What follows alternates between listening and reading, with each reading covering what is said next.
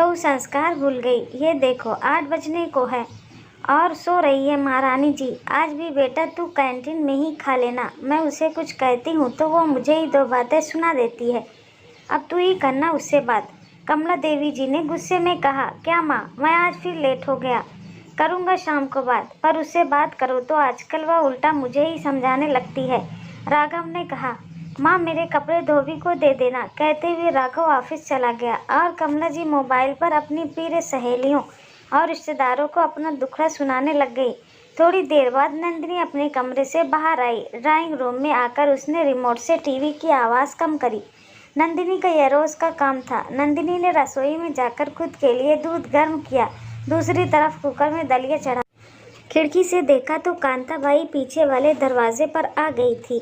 नंदिनी ने दरवाज़ा खोलकर उसे अंदर बुलाया। कांता जी, मैंने अभी बर्तन बाहर चौक में रख दिए हैं ताकि रसोई में बर्तनों की आवाज़ से नाव्या जाग न जाए। आपका शुक्रिया कि आप यहाँ मेरे कहने पर थोड़ी देर से आ रही हो। कोई बात नहीं भाभी, समझाती हूँ।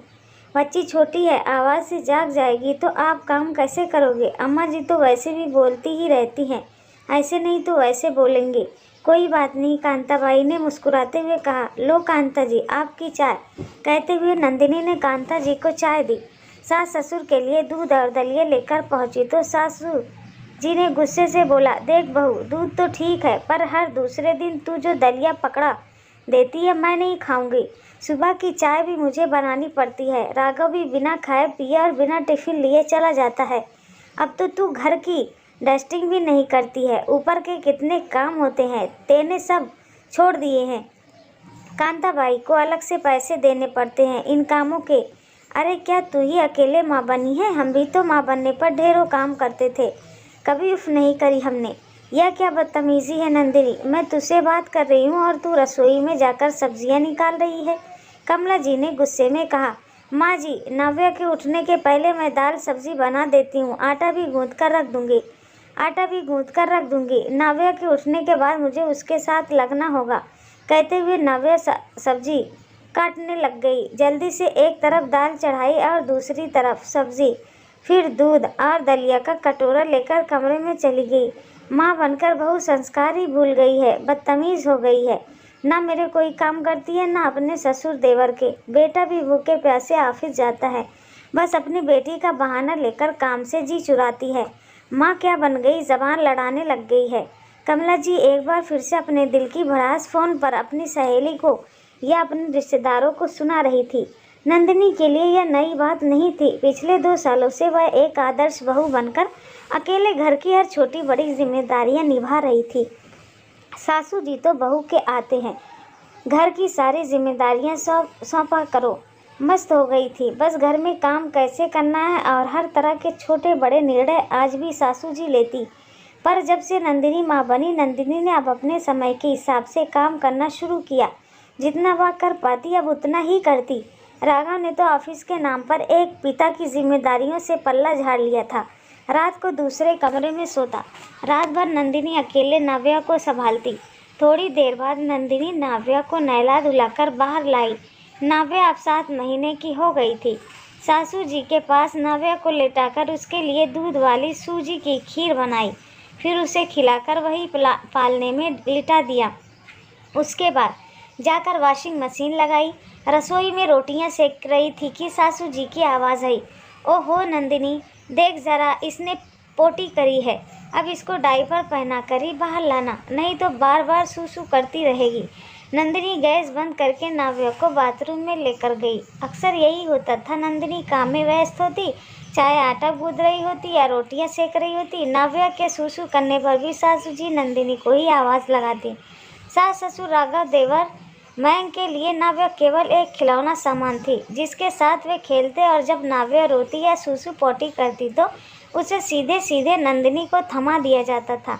इस कारण कई बार नंदिनी जो काम कर रही होती वो पूरा नहीं हो पाता। नंदिनी, तू तो हमें भूखा ही मार दे, खाना तक तू बना नहीं पाती। माँ क्या बनी, काम से जी चुराने लगी है। घर की हालत देखी है, अब खाना बना के छोड़ दिया है। नाव्या के खिलौने यहीं ड्राइंग रूम में पड़े रहते हैं, मशीन में कपड़े पड़े रहते हैं। कई बार तो तू उसे समय पर सुखाती भी नहीं है। वॉश बेसिन बाथरूम धोना तो तेने लगभग बंद ही कर दिया है। इस उम्र में भी मुझे काम करना पड़ रहा है। अरे मैंने भी बच्चे पैदा किए हैं, काम किया है। इस तरह कमला जी जो शुरू होती बोलती ही चली जाती, पर नंदिनी को अब कोई फर्क नहीं पड़ता था। सास ससुर और राघव के ताने एक कान से सुनती और दूसरे कान से निकाल देती, क्योंकि अब उसके लिए संस्कारी और आदर्श बहू से ज़्यादा महत्वपूर्ण माँ की जिम्मेदारियाँ निभाना था। शाम को सासू जी के रिश्ते की भाभी परवा जी अपने पति और बेटे आनंद के साथ कमला जी के यहाँ आई और आदत के मुताबिक कमला जी ने अपनी बहू की पूरी रामायण गा दी। अरे बहू, कमरे में ही रहेगी क्या? कमला जी ने आवाज़ लगाई। थोड़ी देर में नंदिनी नव्या लेकर आई। कुछ नहीं मम्मी जी, इसको सेरेलैक खिला रही थी ताकि इसका कुछ देर तक पेट भरा रहे, क्योंकि अभी खाना बनाना है। मैंने उसको डायपर पहना दिया है। कहते हुए नंदिनी ने नव्या को वही पालने में लिटाया और रसोई में चाय और नाश्ता बनाने चली गई। अरे बहू देख, शायद इसने पोटी कर दी है, कमला जी ने आवाज़ दी। जी माँ जी, आती हूँ। आटा गूंथ रही थी। अरे कमला, डायपर तो तू ही चेंज कर दे, इसमें बहू को आवाज़ लगाने की क्या ज़रूरत है? परभा जी ने कहा। अरे अब इसका काम भी मैं करूं। वैसे ही बहू माँ बनने के नाम पर काम से जी चुराने लगी है। घर देखो मेरा, पहले कितना। बस बस कमला, चुप हो जा। नंदिनी, गुड़िया का डायपर चेंज कर देती हूँ, कहते हुए परभा जी ने नाव्या को उठाया और नंदिनी के कमरे में बने बाथरूम में ले गई। नंदिनी पीछे पीछे आई। मामी जी, आप रहने दीजिए, मैं आ रही थी ना, मैं कर देती हूँ, नंदिनी ने कहा। अरे नंदिनी, ये तो छोटी सी चीज़ है। घर में जब कोई बच्चा होता है तो उसकी देखभाल हम सभी को मिलजुल कर ही करनी होती है। और हाँ, तू पहले नाव्या को संभालना, उसे खाना खिलाना और खुद भी खाना। रोटी और सब्जियां हम देख लेंगे, परभा जी ने मुस्कुराते हुए कहा। नंदिनी आश्चर्य से परभा जी को देखने लगी। परभा जी कमला जी को रसोई में लेकर आई। कमला, तू तो सच में सास बन गई। तेरी बहू बहुत अच्छी है। अब माँ बनी है तो उसकी जिम्मेदारियाँ भी बढ़ गई है और उसकी प्राथमिकता पहले उसकी बच्ची है। घर में जब कोई छोटा बच्चा आता है तो उसकी देखभाल हम सबको मिलकर करनी चाहिए। अगर बहू माँ बनी है तो तू भी तो दादी बनी है, मयंक भी चाचा बना है और राघव पिता बने हैं, और तुम लोगों को भी इस तरह से जिम्मेदारियां बढ़ी है। और तुम लोग तो आज भी केवल सास ससुर देवर और पति के किरदार में हो। परभा जी ने सब्जी छौंकते हुए कहा। माँ बनने के बाद एक औरत में बहुत बदलाव आते हैं। तू कहती है कि माँ बनकर तो बहू संस्कारी भूल गई है, पर मैं कहती हूँ कि तुम लोग भी तो दादी दादा पिता चाचा बने हो। यह बात तुम लोग क्यों भूल गए? परभा जी की बात सुनकर सबने अपना सिर झुका लिया। राघव आनंद को लेकर अपने कमरे में चला गया। आनंद घर की स्थिति और वहाँ का माहौल देखकर सब कुछ समझ गया था। मैं देख रहा हूँ कि तुम पिता बनने के बाद इस कमरे में आकर रह रहे हो ताकि रात भर चैन की नींद सो सको। ऑफिस के नाम पर तुम अपनी जिम्मेदारियों से भाग रहे हो। तुम भी एक पिता बने हो, तुम में भी तो बदलाव आने चाहिए। बच्चे को संभालने की जिम्मेदारी केवल उसकी माँ की नहीं होती, बल्कि पिता की भी बराबर जिम्मेदारी और कर्तव्य होते हैं, आनंद ने कहा। अरे माँ बताती थी कि जब हम पैदा हुए थे तो पिताजी ने तो कभी हमें नहीं संभाला, बच्चे को केवल उसकी माँ ही संभालती है। फिर मैं तो नौकरी करता हूँ। नंदिनी भी मुझे तेरी ही तरह यही कहती है, और आजकल तो वो मेरी जिम्मेदारियाँ भी ठीक से नहीं निभाती। सुबह मैं बिना खाए पिए जाता हूँ, मेरे कपड़े कई बार प्रेस नहीं मिलते, मेरा सामान मुझे नहीं मिलता। घर की हालत देखो। राघव, मैं तुम्हें यही समझा रहा हूँ, यदि तुम नंदिनी का सीधे हाथ नहीं बटा सकते, बच्चे को नहीं संभाल सकते, तो कम से कम खुद के काम तो खुद करो। माँ बनने से नंदिनी का काम भी बढ़ गया है। बच्चे का ख्याल रखने की वजह से वो भी थकी रहती है, नींद पूरी नहीं होती। ऐसे समय में एक पत्नी को सबसे ज़्यादा अपने पति की ज़रूरत होती है। पति का भावनात्मक साथ, अपनापन और प्यार बहुत ज़रूरी होता है, और यह सब तो तुम उसको दे नहीं रहे, तो कम से कम अपना काम खुद करके उसका बोझ तो हल्का कर सकते हो, आनंद ने कहा। आनंद ने अपनी बात जारी रखी और कहा, मैं भी नया पिता बना हूँ। रात को मैं और नित्या मिलकर अपनी बेटी को संभालते हैं। मैं उसे सुबह जल्दी नहीं जगाता, खुद अपनी चाय बना लेता हूँ। माँ टिफ़िन तैयार देती है, नाश्ता बना लेती है। मेरी बेटी को हम सब लोग मिलकर संभालते हैं। नित्या का भी काम में हाथ बटाते हैं। आखिर मैं भी तो एक पिता बना हूँ। एक पति और पिता दोनों की दोहरी जिम्मेदारी आ गई है मेरे पर। राघव आश्चर्य से आनंद की बातें सुन रहा था। शायद उसे अपनी गलती का एहसास भी हो रहा था। रात को सबके जाने के बाद राघव नंदिनी के पास आकर बैठ गया। लाओ, नाव्या को मुझे दे दो, मैं इसे थपकी देकर सुला देता हूँ।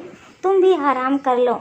अब से मैं यहीं तुम दोनों के पास सोऊंगा। मुझे माफ़ कर दो नंदिनी, तुम तो एक अच्छी माँ बन गई, पर मैं तो पिता भी ठीक से नहीं बन पाया। कहते हुए राघव ने नंदिनी का हाथ थाम लिया। नंदिनी ने भी अपना सिर राघव के कंधे पर रख दिया। अपनी आंखें मूंद कर मुस्कुरा उठी, क्योंकि उसे पता था जब पति का साथ मिलता है तो एक पत्नी को और कुछ नहीं चाहिए होता। पति का प्यार भरा साथ ही उसे हर तरह से मजबूत बना देता है।